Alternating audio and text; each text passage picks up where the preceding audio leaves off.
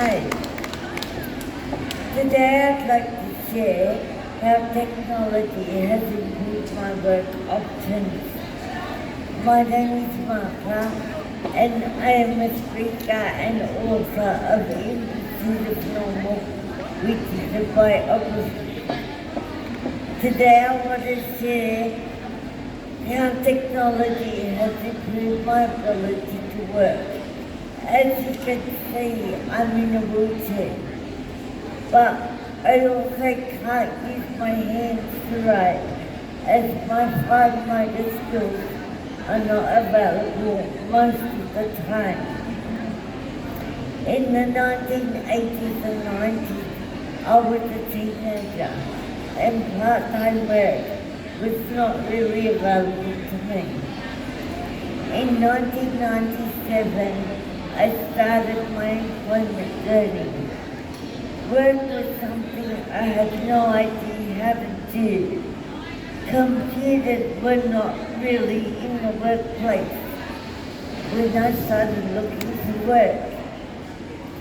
I went to the CES, which is the Commonwealth Employment Service, and the lady directed me to an employment agency that specialized in finding employment for people with disabilities.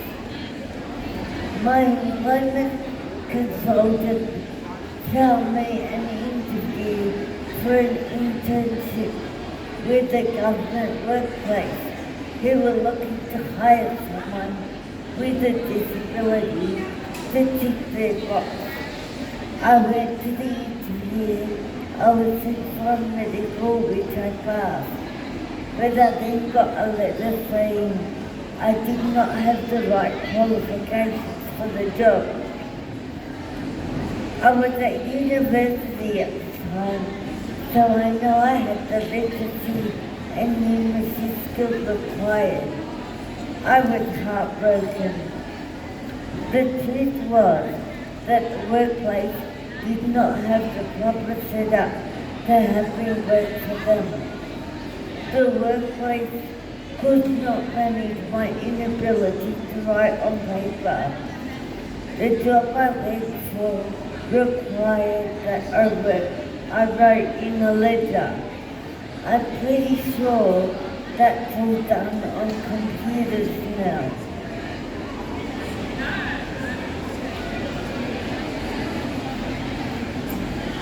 The workplace wanted someone with a medical disability, not a physical disability. So, yeah, it failed.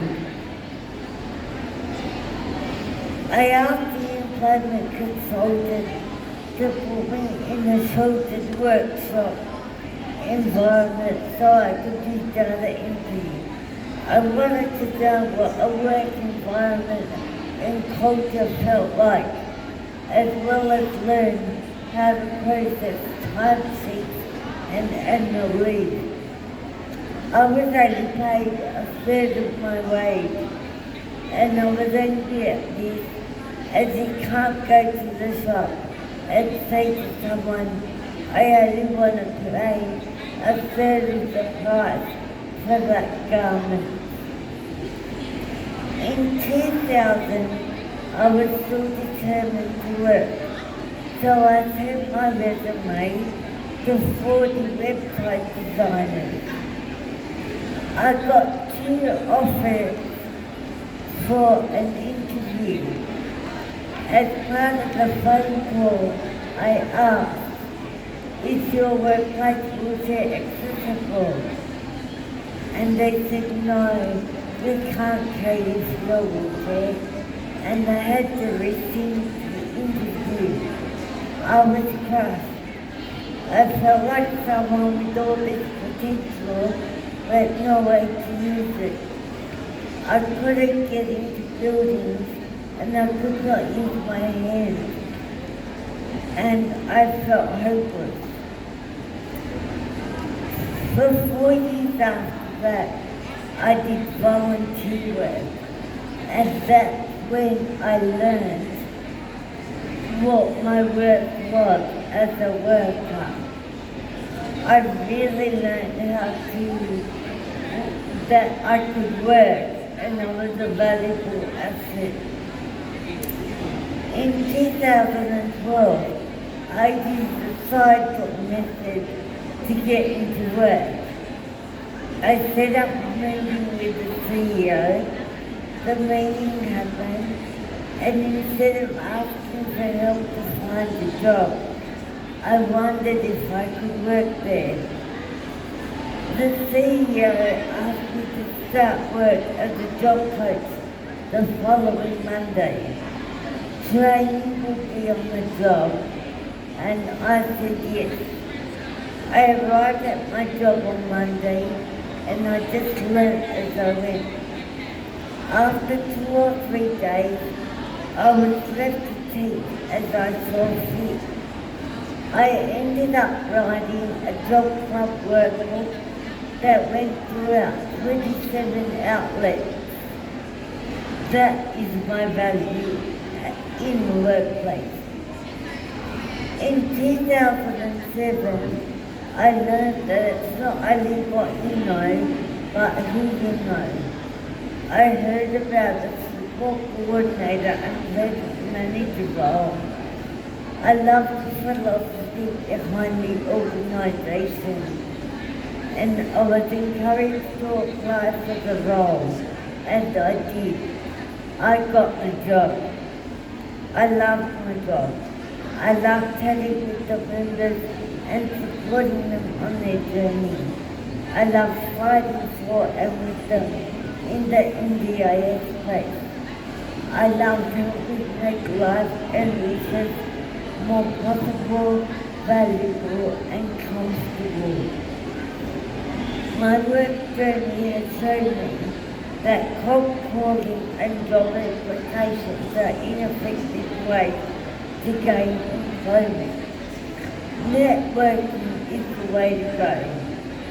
I have been successful with meeting the CEO and managers and sharing how I can contribute to the company or organisation. One-on-one meetings outside the interview arena got me the job. The advancement of computers and the internet has made my work life easier and more possible. COVID also helped by showing how working from home can be successful with the addition of video conferencing into the office virtually. Does anyone have any questions?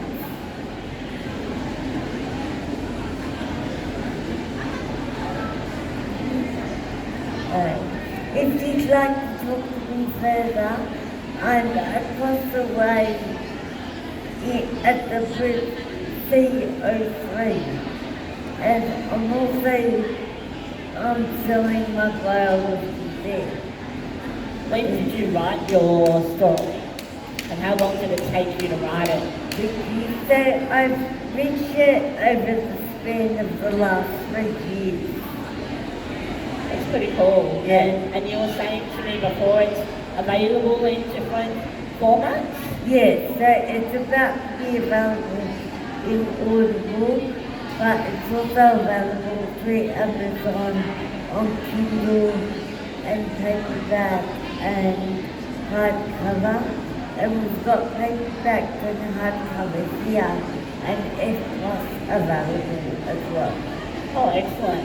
And I just think it's really, I love listening to your story because you really do talk about the importance of work when it comes to employment. And so many people with disability don't always get that opportunity. Yes. So it's so good that you figured out that you do have work and you can actually just work like anybody else with limitations. But everybody has limitations. Yeah, I just have to, we have to be creative in the way that we do work, but everyone has a right to work and feel valued, and every job can be adapted to suit people's needs.